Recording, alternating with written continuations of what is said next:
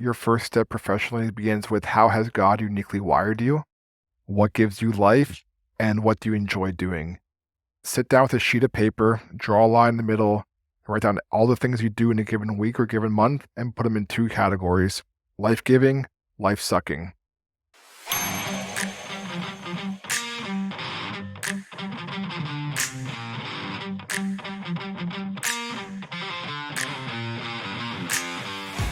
In a rapidly evolving world, how do pastors and church leaders bridge the gap between ministry and the marketplace? Welcome to Seek, Go, Create, where today we're joined by Eric Hoke, a dynamic individual who specializes in helping church leaders transition in the world of business to sustain their ministries. Eric, with his unique expertise as a co-vocational church planter and marketplace professional, has a rich background in staffing, corporate training, and ministry. His work extends to guiding thousands of career changers, including pastors and church leaders, aiding them in leveraging their skills for corporate and marketplace success. With over 15 years of ministry experience and extensive knowledge in agile project management and leadership, Eric's insights have been sought after by top brands and prestigious institutions. And now a lot of pastors that are just trying to find ways to make it in the world. Eric, welcome to Seek, Go, Create. Thanks for having me, Tim. Excited to chat. Let me just jump into my first question. I'm calling this a cheesy icebreaker because it is. But if somebody asks you what you do, what do you tell them? What's your answer if somebody asks you that question? Yeah, it depends if it would be a question in the real world or in Twitter, but for the sake of the podcast, what I do is I help pastors and ministry folks rebrand themselves to be marketplace professionals. That's kind of what people know me for in the church world. In the business world, I'm the director of learning and development at a not-for-profit in Lancaster, Pennsylvania. In the church world, I'm a former co-vocational church planter in the Bronx in New York City. And in the personal world, I'm happily married with 3 daughters. Yeah, and I know you just made a transition from, we'll call it, I don't want to say city boy to country boy. That's probably a little bit of extreme, but personal shift. Tell me a little bit more about that. Yeah, so in 2023, post-COVID, a church that I founded, All Saints Church, merged with a church that we helped plant, Focus Fellowship. So the lead pastor of that church and myself sat down at the end of 22. We said, hey, what would it look like if our churches combined forces? We're stronger and healthier, more vibrant if we're together. There's only one catch to this merger, and the catch is I'm going to step down from pastoral ministry and go into what God has next for me. The other pastor agreed that'd be a good idea for all of us, and that merge happened in April 23. That was the last thing keeping my family in New York City in the Bronx, where we spent 10 years. So just for context, people who are listening at home, my family of 5 live in about an 800 square foot apartment on the 5th floor of a building on Bruckner Boulevard, close to Yankee Stadium. And we decided, what does God have next for us? And so we did the city thing and the church planting thing for a long time. Let's be a little bit closer to family. Let's get a house and a yard. Let's figure out what that would look like for us. So yeah, man, as of this recording, it's pretty fresh. We've been here for about 3 or 4 months, and it's been an adjustment. Some days I'm thinking, why did I do this a long time ago? And other days I'm thinking, why did I ever do this? This was a terrible idea. Oh, that's how it's going so far. And a family of 5, there's probably some that are just, man, they're loving life. This is the greatest thing ever. And are there some that are like, Dad, what have you done? Or husband, what have you done?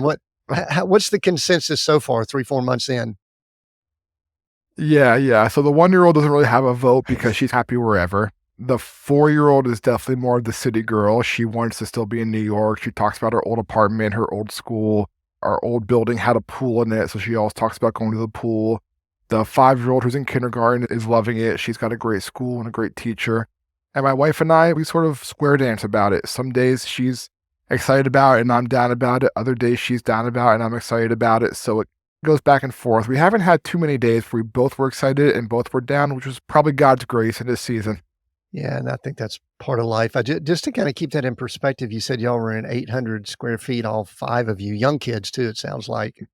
My wife and I here behind me, for those that are watching the video, we're in a little over 400 square feet. we're on wheels. It's an RV, but 800 square feet isn't very much. Did you increase that when you moved out to Pennsylvania? Got some more square footage? Yeah, we do. I think the house is somewhere around 2,400, maybe 2,200. Of course, we have the garage, we have the yard, we have the basement. The thing that baffles me, we've only been there for 3 months and we've already filled it up with furniture.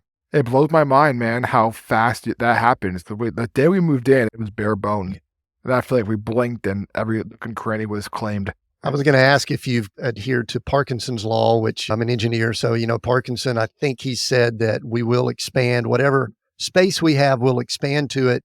Sounds like you have proven that out, correct? That is correct. So the one biggest change we have, two, I guess. The first one is the baby has her own room. The two older girls share a room. So that's a new thing. They used to all sleep in one room. And we have a guest room. So we never had that in New York, obviously, because there's no space. But what has happened is everyone that we know who always wanted to hang out with us is now welcoming themselves over and sleeping in our guest room. So if you're listening to this podcast and you want to come hang out for a weekend, we got a place for you to crash at our place. The criteria for me to hang out is you need a nice level 40-foot driveway. So I could just pull in the driveway. That's what I'm looking for. Yeah, we got that. Yeah, we got that. You're good. Cool. So Eric, this is kind of something I think that's going to help frame the conversation. When someone goes through the transition that you just went through, it's probably not that much different than pastors you work with or people that are making changes and things like that.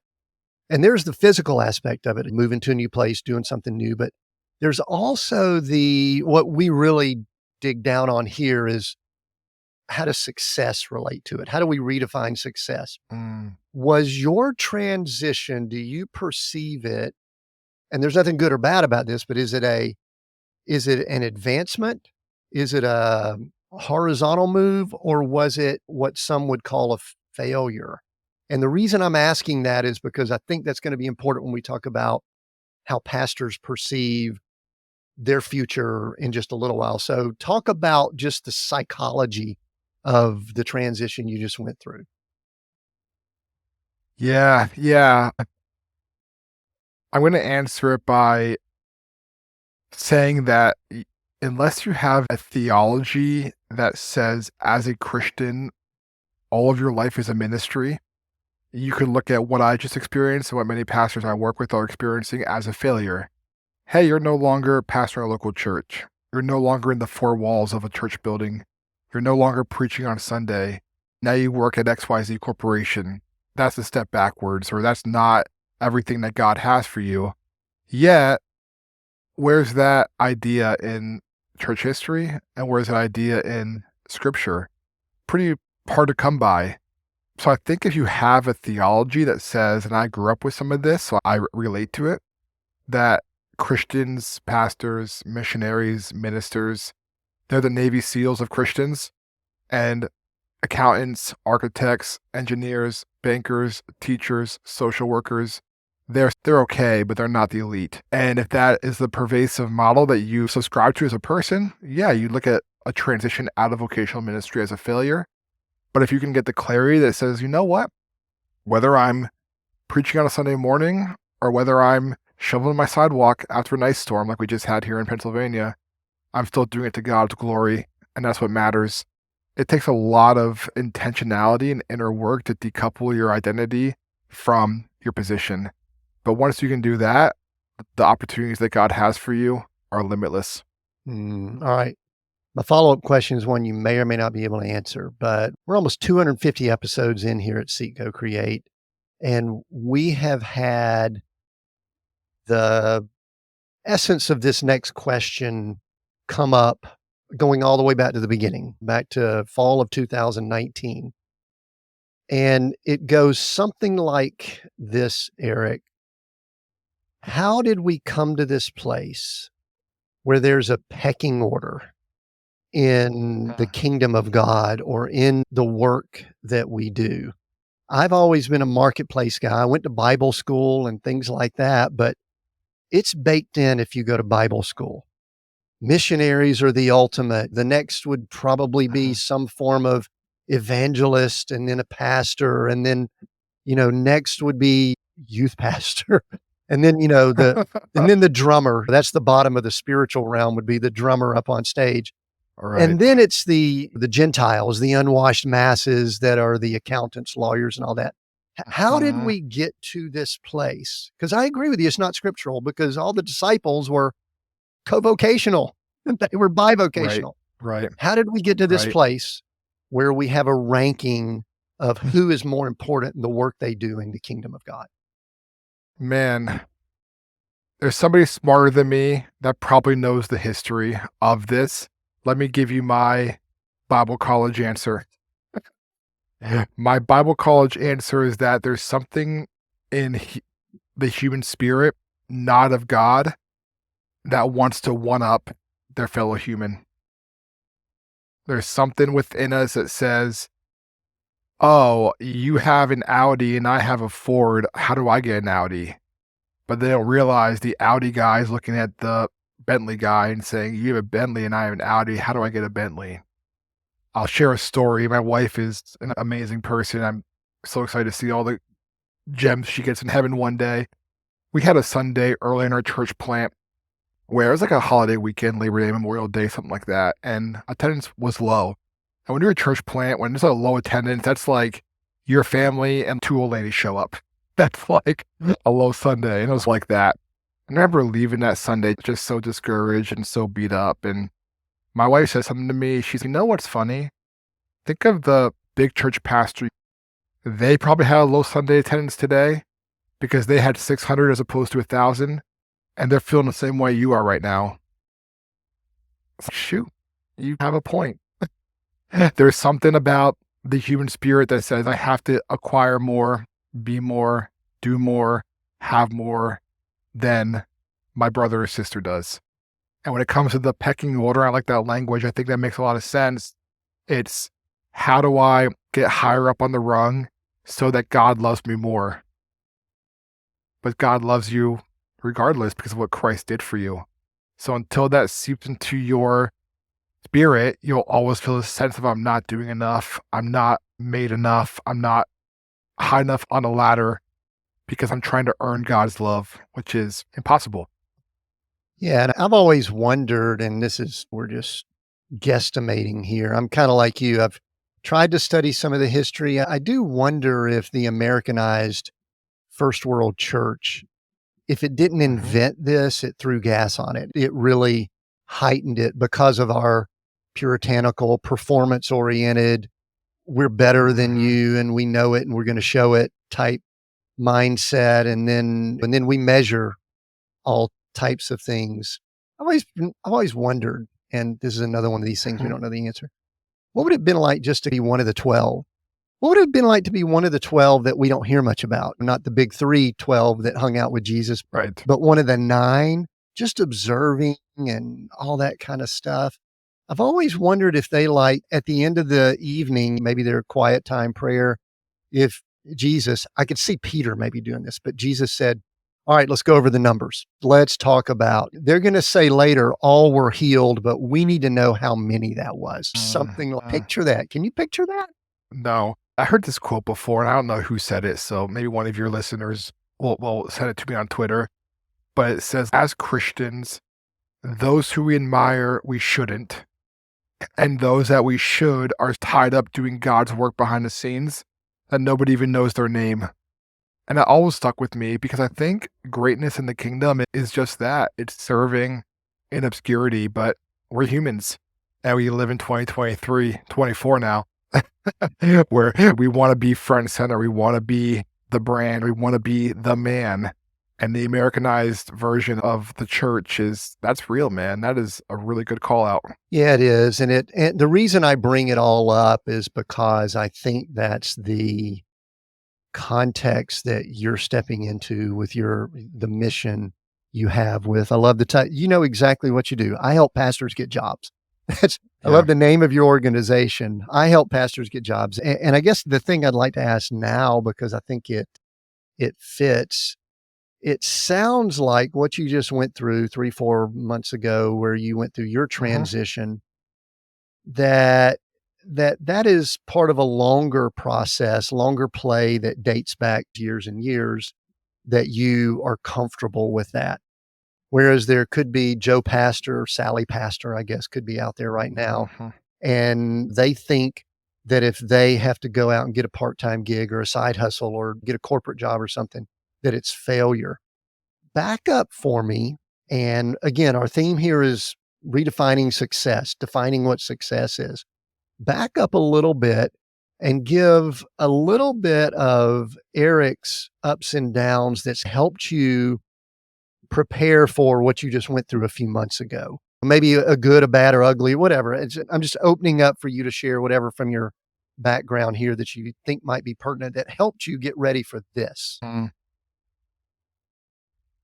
Yeah, I think one of the good that one of the things I did right, and there's a lot of things I'll do wrong, and I don't mind airing my dirty laundry about it to those listening. But one of the things I did right was everything was always transparent. And what I mean by that is I didn't just wake up one morning because I had a bad burrito the night before and say, you know what, forget this church. I'm gonna go do something different. It was always an ongoing conversation with leadership, with mentors, with select members that had the reason to be in the know. Like I said, it merged healthily. It was not a quick, okay, here's your new pastor. See you later. We did it over the course of several months. I'm really proud of that. I'm really proud that we transitioned well. I think one of the biggest mistakes I see pastors make, Tim, is they call me and they say, hey, I'm the youth pastor and I need to get out of my situation. It's a bad situation. To which I always ask, I sometimes get accused by some guys on Twitter about trying to remove people from ministry. That's not at all my dream or my vision or my desire. The first question I typically would ask that youth pastor is, have you spoken to your senior pastor about this? Have you sat down with him or her and just had an honest conversation like, hey, I'm feeling like this is my season here is coming to an end. Can we find a way to peacefully make a transition? And 9 times out of 10, you already know the answer. They say, "No, I haven't done that." So maybe that should be the first step. Before you call me and ask me for a resume and help you get on LinkedIn, why don't you sit down with the people you're accountable to in love, in grace? And I obviously understand there's dynamics that play in some of these contexts. I'm well aware of those. But just being transparent and open, this is where I'm at. I'm a big fan of Pete Scazzaro, and he talks about how people become spiritually mature but remain emotionally immature. And an emotionally mature person would be open and honest. This is where I'm going. And I want the people who love and care about me to be informed of my thought process. So that's one thing I did really well. When it comes to things I didn't do very well, and I'm now facing the back end of it, I did put a lot of my identity into I'm a church planter in New York City. How sick is that? How many people can say that? And that's some of that Navy SEAL thinking coming in again, where it's I'm the elite. And now I'm here. Don't work in church ministry anymore. I volunteer at a church, but don't work on staff anymore. Living in a suburban neighborhood with a 2-car garage. And those realities that I was finding identity in are no longer a part of who I am. So I had to ask myself those tough questions of, okay, who is Eric Hoke removed from church planter in a major city? And when I figured that out, I'll let you know. But that's still something I'm processing in real time. I'm so glad you brought up that word identity Mhm. because I see it. I'm quote unquote, my title is executive coach. And when we finish up here, I'll have a call with a leader of a ministry. I work with ministry leaders and I work with business and company leaders. And Eric, it's the same thing. It's identity. There are people that have identity, and there's words we could throw in the pot and stir them in, like humility. I heard humility Mhm. in the tone of your voice and the way you were talking now. I don't know if I would have heard something different 10 years ago. I know if you had talked to me, you would say, this guy's pretty brash and bold and, go through things. And it's like, okay, there's more humility and hopefully less hypocrisy, less putting Mhm. on a certain face and things like that. And I see people that really struggle with that. All right. So I'm gonna hit one more thing before we go into maybe some practical things. When I was at Bible school, I was always the business guy talking to people about, hey, doing this, making money and all that kind of stuff. And it was shunned. They even had a business section. They tried to do a little bit of what you're talking about. But I talked to one guy who had a really good business idea for something that I thought it would have been great for missionaries. And Eric, he told me something that I want you to address and just say something about it. I said, man, this would be the greatest thing ever. I said, I'd help raise some funds for this. It was basically this greenhouse where someone anywhere could grow stuff and then maybe sell it locally and things like that. It was a full on cool business opportunity. And I said, man, every missionary in Africa and other places like this, we need to work with them and all that. Tim, he said, man, he goes, I would love to do that. He says, but you know what we found? He said, most people we've interacted with, they're lazy. They went into ministry. This could be harsh sounding. They went into ministry because they didn't want to do real work. And Mhm, and I was just mhm. like flabbergasted. I was going, what? But yet I did see a lot of that play out when I was in and around. There was this thought of, it goes back to what you brought up earlier. It's the ultimate calling. And if I do that, God's going to take care of me. Mhm, Other people are going to take care of me. I'm going to live off offerings, stuff like that. But mhm. have you seen that at all? Make me feel better. Tell me, no, these are some of the hardest working people you'll run across. Or just like the population, there's some people in ministry that are just lazy. All right, so I'll just speak as plainly as I can. I have a theory that if you're a young person, let's just say, I don't know, 15 to 20, and you have aspirations of leadership and being in front of people and driving change, but you don't want to do the hard work to do that in the marketplace to become a pastor. Because you can be a 25, 26-year-old pastor at a church and have a congregation of people who look to you for leadership. They exist, but there's not very many 25, 26-year-olds who are leading small businesses and companies. There's a few, of course, but I have a theory that there's some people who say, hey, I really want the glory of being a pastor without having to do the grunt work of development and growth. That's why I think a lot of younger leaders implode early on in their ministry because the amount of pressure that they put on themselves, they weren't mature enough to handle. With that being said, there are some lazy pastors. I have to sometimes tell guys I talk to, listen, you're stressed out because of a board member or a deacon getting on you.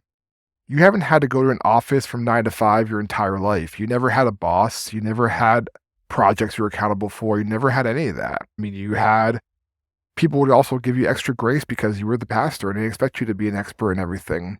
When you just show up to a place every single day and you have outputs and emails and a Slack channel always humming and different projects popping up on your calendar, it's a different kind of pressure. So I actually encourage a lot of pastors, you have more free time now as a full-time minister than you ever will as a marketplace professional. So why don't you use that free time and build something on the side if you want to make some more money, as opposed to just saying, I'm done with ministry, I'm going to go work somewhere else. So that's kind of the first thing.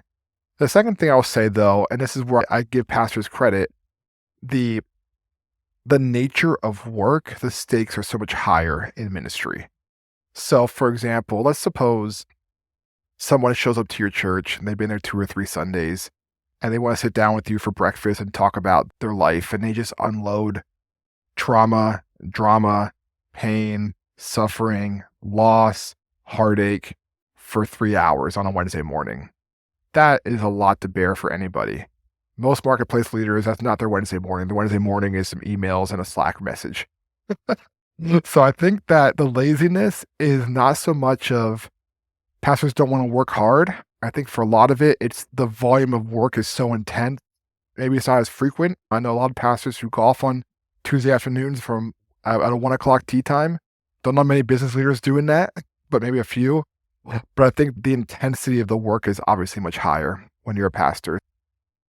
Yeah, I think people in ministry, some are lazy, some are overachievers, but it certainly is an easy gig to get into if you just want to be a freeloader, that's for sure. So, what's going on with someone? Let's just maybe talk to Joe Pastor that might be listening in, or someone may know Joe Pastor before they reach out to you. Talk a little bit about the situation that they might be in leading up to. We'll talk in a little while about what happens after they interact with you, but talk about what they're like leading up to that, some of the different scenarios or cases that you see people in.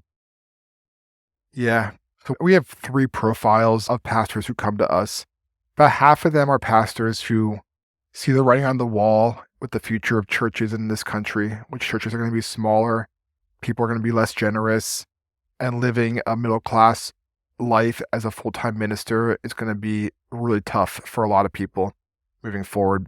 Unless we have some sort of massive revival or something like that, the future is going to be co-vocational and bi-vocational leaders, as it is already in Europe, New Zealand, Australia, what have you.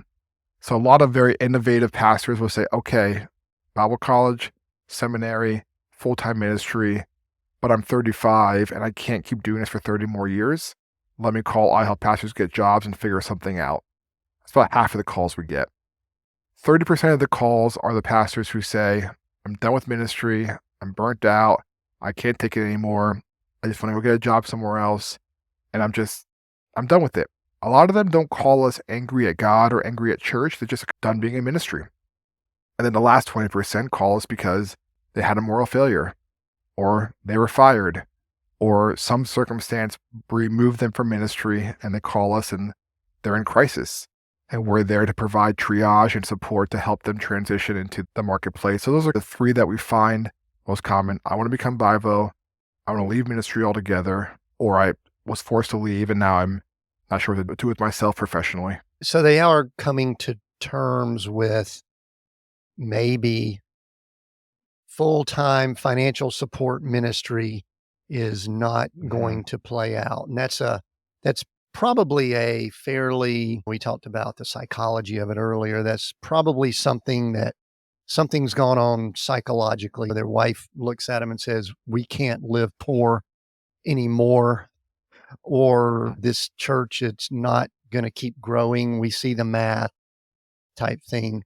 What are you seeing? This might be back to maybe a bigger picture question before we're going in a little bit deeper, but what are you seeing kind of as trends or something? I mean, I've been observing for some time that probably what we'll call church world, first world church, whatever, is going through some changes. I think COVID really, a lot of people think it was COVID. I think it was happening before then.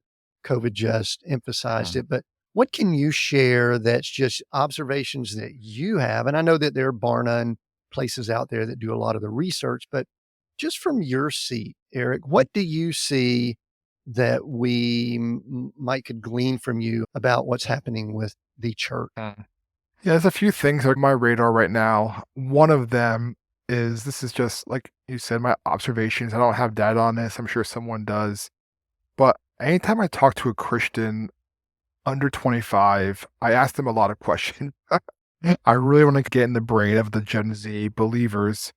And the reason why that is, a few months ago, I was talking to a pastor and he was sharing about where he went to Bible college. He graduated from Bible college in 2005, so almost 20 years ago, with a youth ministry degree. There was 100 youth ministry majors at this Bible college 20 years ago, 19 years ago. This past year, they had 3. So in 19 years, they went from 100 young people who say, I want to go into full-time church ministry, to 3. And I'm really curious, what is it with Gen Z that says, meh, I'm good, I want to pursue that. I'm a millennial, I'm an elder millennial. My group, Gen Xers, we were going to seminary, we were planting churches, we were moving our families to cities like the Bronx and starting ministries from scratch. And Gen Z, I'm not seeing that. Maybe it's happening, I just don't have exposure to it, but that has my attention. The other end of the spectrum is when you see lead pastors who are 70 and 80 years old and hanging on to their pulpits and not wanting to give it up. And sometimes it's about power and control, but oftentimes, Tim, it's just financial. I don't have a retirement. I don't have Social Security. This is, if I quit working at this church, I'm going to be living on the street. So I see that on two extremes where it's like, what's happening in the church milieu that young folks don't want to jump into ministry, then the older folks don't want to give up their ministries. And how can we address that? And what I'm really finding people get their ears perked up when it comes to the I help pastors get jobs conversation is, hey, tell a group of 22, 23-year-olds, hey, you don't have to go to Bible college and get a youth ministry degree. You can get a marketable skill where you can make a lot of money, and you and your 3 or 4 best friends can go move to whatever part of the country you want to, buy some homes or rent some apartments, and just start meeting people in your community and let the kingdom of God flourish from that. And then we're living in a really exciting time in the world where people can do that. And maybe they couldn't a generation or two ago. And I think that as more Christians begin to think missionally of, hey, how do I get a marketplace job, build healthy community, impact my neighborhoods, and make a tangible difference for the kingdom? Gen Zers aren't signing up for seminary, but I think a lot of them will sign up for that. And I think in terms of the older crowd, some of them need to say, all right, I need to transition and let the 40-year-old, the 50-year-old, the 30-year-old take this pulpit, and I need to step down. Well, until then, we're gonna have a huge vacuum. Yeah, and obviously some of those folks don't know how much money these youth pastors make. They make the big bucks, right? My Exactly. Our son-in-law, who we actually met him when we were at Bible school a few years ago, he would have been 18, 19. We would have been in our late 50s, almost 60. I'm a tail end of the boomer generation. He does have a Bible school degree, but he actually has gone the route of cybersecurity and does some things with his church. In fact, they offered him, I guess I could say this, hopefully, they offered him the job of youth pastor a while back, and it just didn't make sense. The money, the work. I mean, you know, the way a lot of, so here's this, maybe I'm going to pose this as a question. I see these divisions in church world. There's the denominational world, which I think is in trouble. I think in general, denominations, they've got some challenges that they're going to have to deal with. And then I think there's what we'll call megachurch world. And we will pop in and visit some of those as we travel around some. The music's great. It's entertaining. Smoke and mirror, not smoke and mirrors. Sorry. Did I say that out loud? Smoke machine. Did I say that? Smoke machine. It's okay. And skinny jeans and stuff like that. Anyway, all that really cool, very entertaining. And then there's what obviously is a movement now, which is like home church, small church, blah, blah, blah. I think there's this vast middle ground. And I guess my question for you here is, where are you seeing a lot of your people come from? Where are these people come from? My guess would be that middle ground, but maybe not. What are you seeing from those groups? And if I missed a group, you can call me out on it or highlight it. No, this is actually a really pointed question, because when we transitioned from the Bronx, we were in a public school, we were mobile, we were scrappy, we were very janky kids ministry. My children would just hang out in the sanctuary while I preached and fight each other in the back row. And my wife and I, when we moved out here to Lancaster, which is kind of Lancaster, Pennsylvania, it's kind of like the Bible Belt of the Northeast. And my wife and I, we're going to find the biggest, baddest mega church in town. Our kids will finally have a kids ministry, Disneyland for Jesus to go to. We'll be able to sit and have the entertainment factor service and just be ministered to. And I don't want to tell anybody that I'm a pastor, and I don't want to deal with that. And let that be our church experience for a while. Well, Tim, you're laughing because you probably know how well that went. Because we went to one mega church and they were fantastic, beautiful church, amazing people. But every Sunday morning, it was a fight for my kids. True anxiety. Are we going to go in the back? I don't want to go in the back. I don't like going in the back. Can I stay with you? And it was one of those dynamics where it was the kids were invited to the sanctuary, but the kids weren't really invited to the sanctuary, if that makes sense. Every time we'd go in with the kids, very quickly an usher would come over and say, hey, we have kids ministry. Do you want to go check in your kid? It was that. So we did that for a few months, and then we ended up going to, like what you just described, that 140 person, middle of the road Lutheran church is where we're worshiping right now. They let kids into service. If kids cry or scream or whatever, they don't care. They just keep having service. And it's been really life-giving and beautiful. And the pastor and I have gotten to know each other. It's been really special. So that's where we landed. So we had a idea, big box church. Our kids said no way. And a wise pastor who transitioned out of ministry told me, best advice I can give you for finding a church post-church ministry, do it, like, follow your kids. Like, you drug them to church for all these years, let them drag you to where they want to go. And they brought us to this medium-sized Lutheran church. So there you go. So how are the medium-sized churches doing? Because I agree they're pretty vital, but isn't that where just sometimes the math is really hard to make it work? You may know about that personally, but I just see that being a struggle.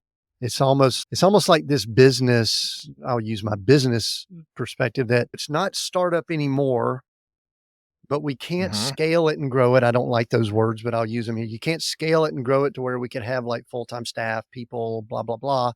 So we're kind of in this middle ground that just makes it tough. And in the world we're in, it's hard to settle in with middle of the road. I like middle of the road. I think that's fine. But Hmm. what do you see there? Is that where some people come to you guys because it's just hard to make the math work? Yeah, for sure. And not only that, the biggest challenge that I see, and I think this is not just medium-sized and larger churches, is the number of white heads you see every Sunday. And God bless the saints, senior saints. We love them. We need them. Their sweat, blood, and tears have built those churches. But what happens when they're gone? That's what my brain always goes back to. So if you have a church of 200 people and 160 or over 60, where does that leave the church in 25 years? And I think a lot of people call us because they see the writing on the wall. Yeah, people have bankrolled this for a long time, but that bank is drying up. Yeah, and I'm looking at it as a former real estate guy too, going, man, there's going to be a lot of buildings out there. There's going to be a lot of Mhm.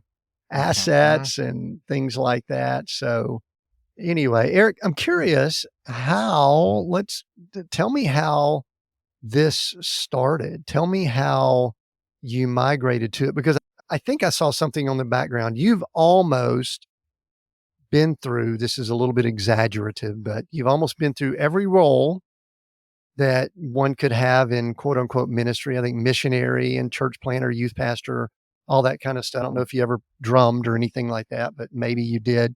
So you're shaking your head no for those that are listening.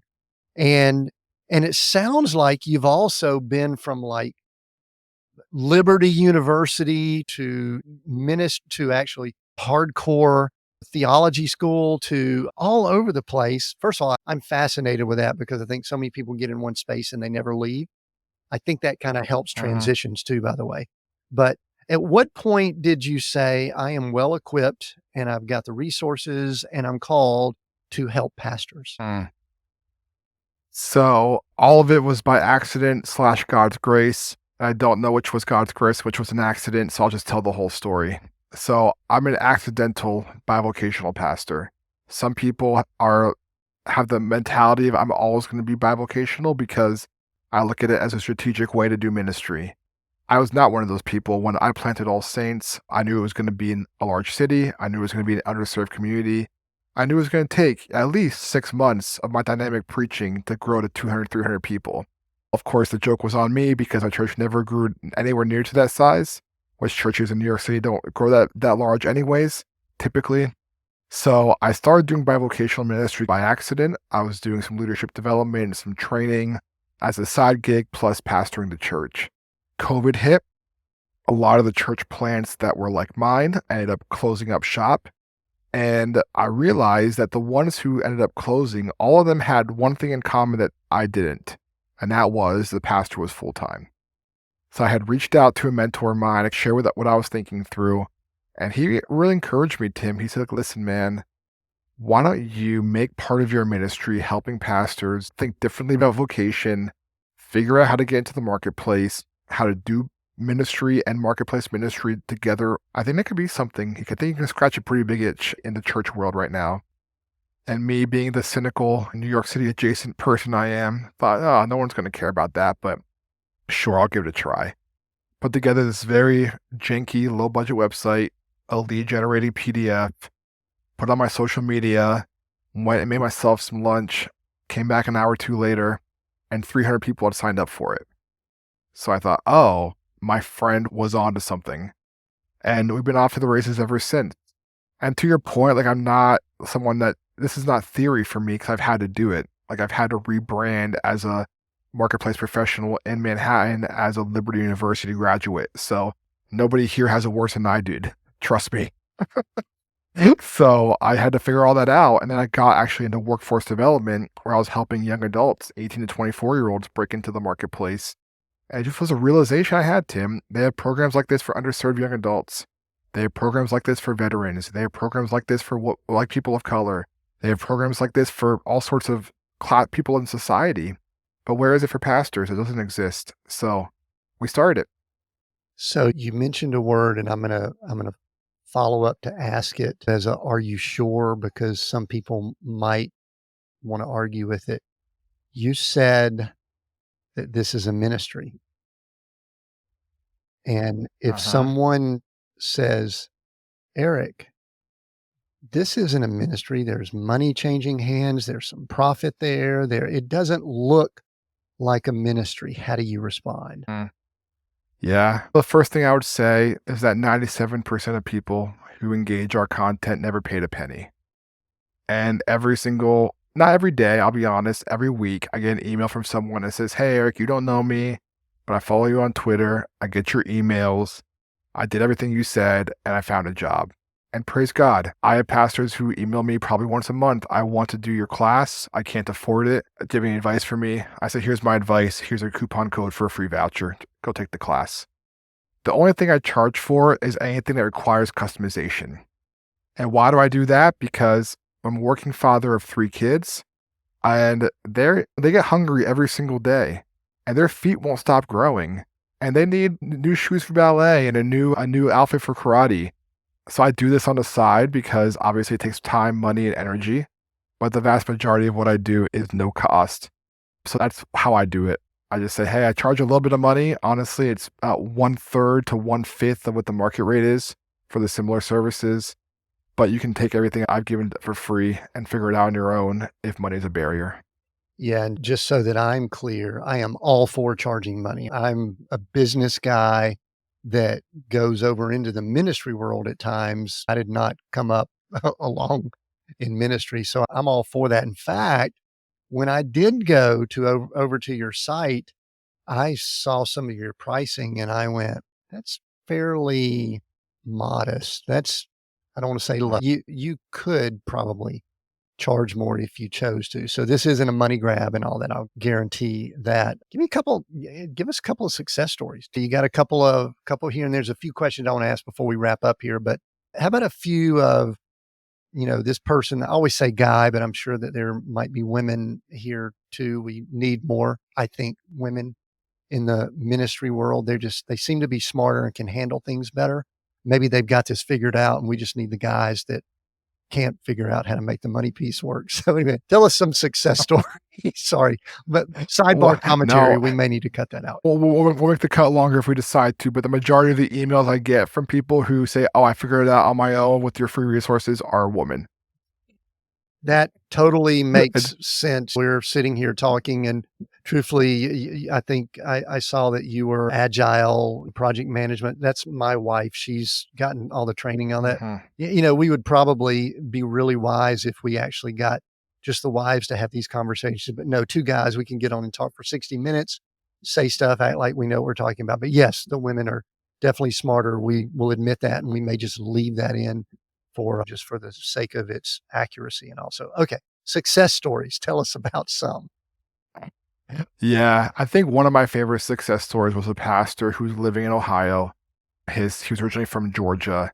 His parents were aging. He wanted to get down to Georgia to be closer to them. Very hard to do that when you're pastoring full time several states away. He reaches out to us. He says, "Listen, I've been applying for jobs down in Georgia. I can't get a single call back. I can't get anyone to answer my inquiries." And very smart guy, sharp, competent, been in ministry for a long time. He shelled out for the resume rewrite. He sent us a job of interest. We went to tailor his resume for an operations role, and he applied for 10 jobs over the course of a weekend. And by the following week, had 3 invitations to interview. Ended up getting a job with the city of Decatur. I'm not sure if I'm saying that. I'm not from Georgia, Decatur. but I think it's Decatur. Decatur. Thank you, Decatur. That's the French version. Decatur. Yeah. And there's no Decatur. French in Georgia, Working just so you know. I'm from Georgia, so I can guarantee exactly. you. Oh, there you go. Perfect. Thank you for thanks for the save there, brother. Anyways, for the city, working with the mayor, really high profile job, loving it, killing it, and he took a bet on himself, and he was able to serve in that way, able to be closer to his family, and it was just a huge win. And the coolest thing that I love to see, man, is the confidence boost that these guys and gals get when they realize, oh, like I do have skills. I do have the ability to translate the things I've learned in ministry. I do have things that the market will pay me money for. It's a huge win every time that happens. Yeah, and listen, I know that part of the city. There are plenty of ministry opportunities. It is not as if he's not in ministry anymore, right? Totally. Yeah. I Totally. mean, Yep. so much there. It's not quite inner city, but it's an urban, definitely an urban area with a lot going on. I wanted to ask a couple things here. I'm watching my time. There's a few things I'll wrap up with here, but I found you somehow on Twitter, the platform formerly known as Twitter. Do we call it X? I don't know. I don't know exactly what to do there. Is that where you have built up and now have a lot of your activity, or where do people find you? That might be a better question. Yeah, Twitter is where I'm most active social media wise. You can also go to ihelppastorsgetjobs.com. If you click on the free PDF, that'll put you on my email list. I send out an email every Monday, just job tips and tricks to transition from vocational ministry into the marketplace. I read every single response that I get from those emails as well. So if you ever have a question or pick my brain on something, you can do that. And also there's a Calendly link as well on the webpage. You can schedule time with my associate Mark, and if our services are a benefit to you, we can definitely start that conversation. But I'm actually on a Twitter break right now. Twitter is great for gauging people and having conversation. It's terrible for your soul. So I've decided to take a few weeks and just give it a breather. I feel a little bit better doing that. But yeah, my name, Eric Hoke on Twitter, or I ihelppastorsgetjobs.com. noticed that. And I was actually going to ask you about that because yesterday when I was just snooping around looking for some info on you, I saw that you had taken a break from what we call Twitter. And how's that going for you? Is that nice to be away? And listen, a lot of people would want to know how, especially if your business revolves around that platform or one of these platforms, and we could probably insert a lot of them, even though Twitter seems to be a little more toxic at times, and especially now that it's just the wild, wild west. But what does it look like to step away? Tell me more about that. Yeah, man, it was done with intentionality. One of the dreams that I have for I Help Pastors Get Jobs is to pivot from a B2C business to a B2B business. So what I mean by that is we can do resumes all day and that's good and that's fine. We're happy to support. But those the denominations, networks, seminaries, just bigger entities, working with them directly to support and resource their pastors is what has my attention. And presidents of seminaries aren't hanging out on Twitter typically. So what we're trying to do is build right now in the background more credible collateral and material that we can present to leaders in those spaces, because we just struck a deal with the PCA last year, the end of last year, where we're helping resource their pastors in transition. And those are the things that are really exciting, because then that pastor is just not only getting the support from us, but also from their denomination, their network, to help them transition out of ministry. So I can go on Twitter and say some goofy things and get some traffic, and that's good and that's fine. But the word you used earlier, which is a word that I also have a complicated relationship with, scale. I help pastors get jobs never scales with me being goofy on Twitter.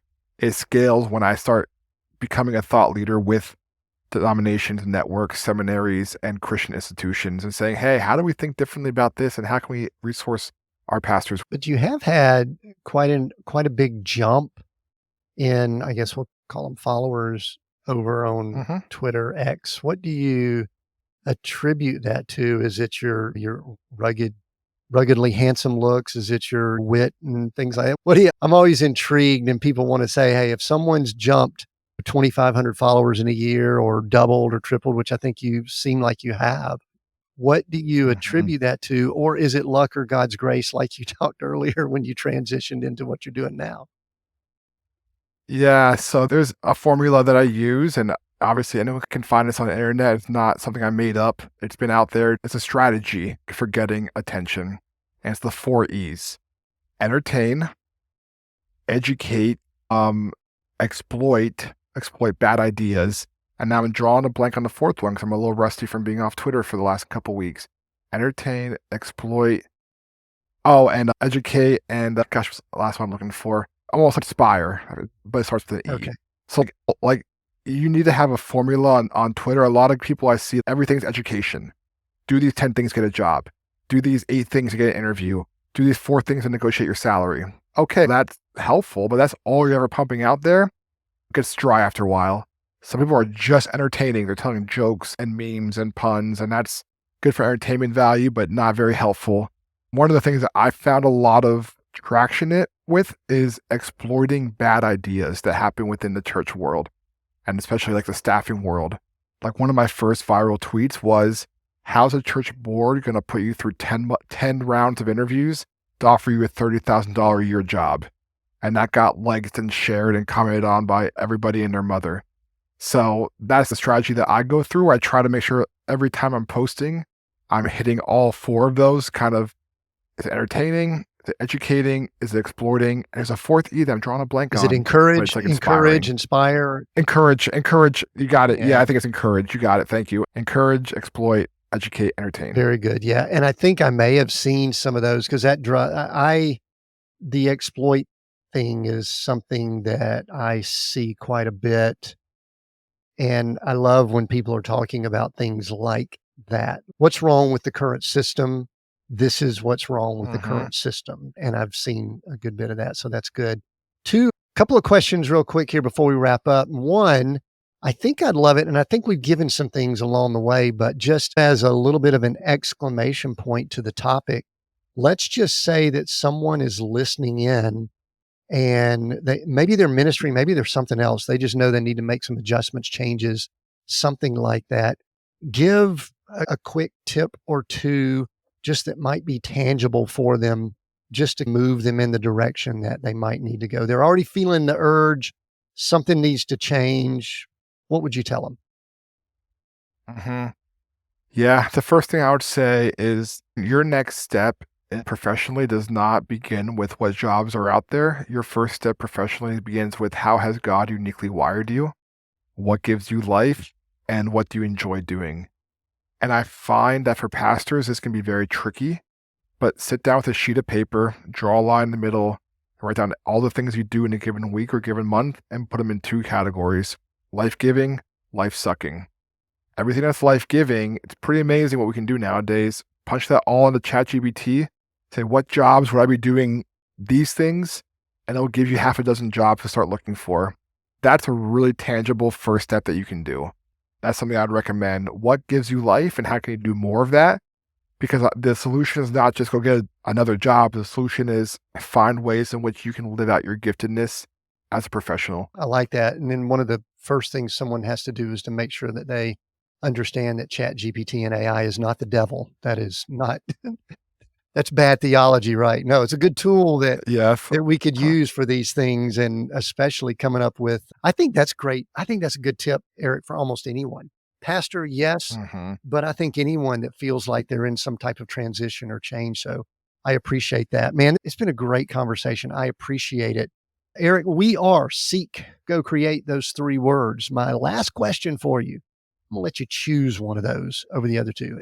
And don't overthink it. Seek, go, or create. Which word do you choose and why? I'm going to choose seek. There's something that I've been very intentional about the last few years, and that's just being really curious about things. So I'll meet somebody and they'll say, oh, you mentioned earlier, I worked in this field, or my wife's in agile project management. So, oh, like, what is that? Can you share more about what that is? Like, how does she do that? What kind of stuff is she working on? I think so many pastors, man, they have people who come to their churches every day, every Sunday. They see them preach, they see them pray for people, they see them offer the sacraments. But if you were to ask that same pastor, hey, what does Joe do Monday through Friday? What does Sally do Monday through Friday? I don't know. Works in some office somewhere. So I'd encourage pastors who feel like they're seeking out what's next to, be curious. Take that business person out for lunch this week and say, hey, listen, you know what I do every week. What do you do every week? What are you working on? What's going on in your world? I think there's a lot of value in just asking questions and being curious. I love that. Yeah. I had that Ted Lasso clip, that Be Curious, him at the dartboard come up. Eric Hoke, he helps pastors get jobs. Great conversation. I've loved this. And I recommend you checking out all his stuff. Jump over to Twitter, follow him. Even if you may not be a pastor, Eric is fun to follow over on Twitter X. So we are Seek, Go, Create here. We release new episodes every Monday. Your support means the world to us. Now you can tip us, buy me coffee or a sip of whiskey if you're inclined to do that. You can offer us financial support. Just go to seekgocreate.com/support. Contributions start at just $1. I'll tell you, you will not be able to get me a sip of whiskey for $1. So you're going to need to give me more than that. You could leave a comment there. Your comment could be featured in a future episode. Visit seekgocreate.com/support. Until next time, continue being all that you were created to be.